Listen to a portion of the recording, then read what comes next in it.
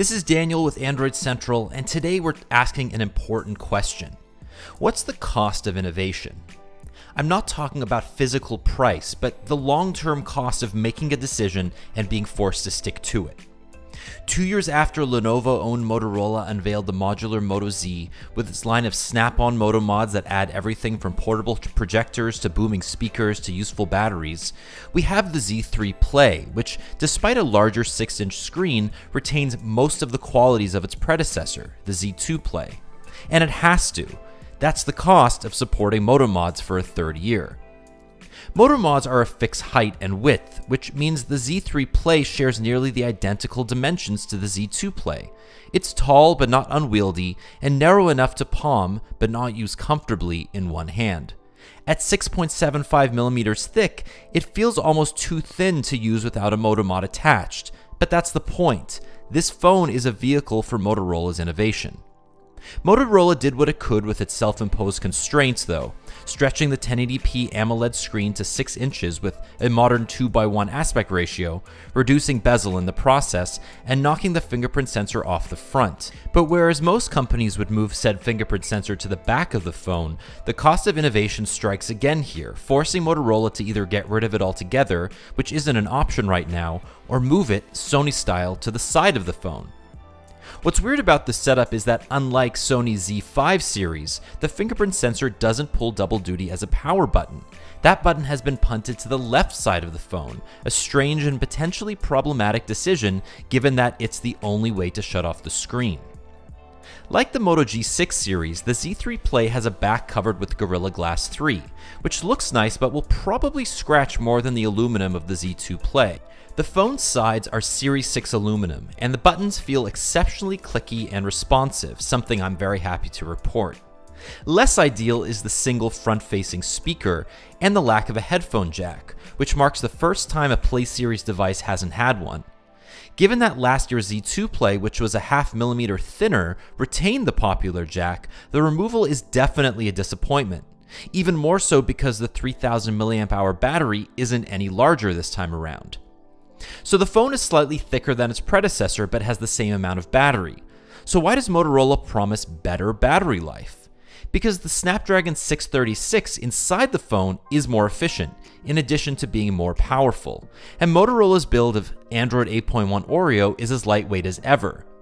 This year, the phone comes standard with 4 gigs of RAM and either 32 or 64 gigs of storage, and along with the new processor comes support for faster 600 megabit per second download speeds and better handling of dual cameras. Let's talk about those dual cameras, because they're the only other big hardware change to the Play line this year.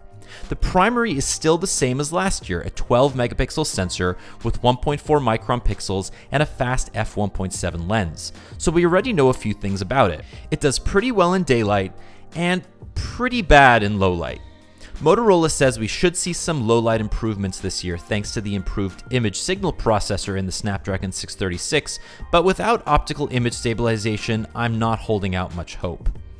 The secondary sensor is 5 megapixels and is built for depth alone, so expect portrait mode, spot color, cutout mode, and all the other niceties you'd expect from more expensive phones. Based on early tests though, Motorola's edge detection algorithms still aren't great, but they are better than last year. A couple cool things about the camera though: built-in Google Lens support, and a new Cinemagraph mode which lets you create short GIFs, not GIFs, by painting part of the screen with movement. The selfie camera is also getting an upgrade with a larger 8 megapixel sensor and a wide 84-degree f2.0 lens. From a software perspective, this is the same Moto experience you know and love. Well, at least I love it. Moto Display is still the most useful example of an ambient display on a smartphone, and Motorola's suite of gestures and actions, like twist to enter the camera or chop for flashlight, are augmented by new ones like a powerful 3-finger tap screenshot editor. But perhaps the most significant change is the now digital version of Motorola's one-button nav, which until now has relied on the presence of a front-facing fingerprint sensor. Available as an opt-in, the new One Nav feels incredibly natural, mimicking Oreo's traditional navigation buttons with swipes: a swipe left for back, swipe right for multitasking, a tap for home, and a long tap for Google Assistant. It's intuitive and fun, but it's unclear whether Motorola will abandon the project when Google releases Android P with its own native gesture navigation. So that's the story of the Moto Z3 Play. It's not a huge change from the Z2 Play, but at $499, it's no more expensive either, and every box comes with a 2220 mAh Moto Mod battery, which is thin and light and should extend uptime by a few hours. But when devices like the OnePlus 6 cost just 30 more and wipe the pants off the Moto Z3 Play's spec sheet, it's hard to know who this product is for. And while Motorola typically distributes at carriers around the world, the bad news is that it's only coming to Sprint and US Cellular in the US, which means longtime partner Verizon didn't see the point in stocking it this year.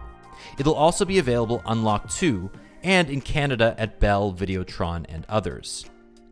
For more information on the Moto Z3 Play and all of Motorola's 2018 announcements, subscribe to Android Central, stay awesome, and we'll see you again very soon.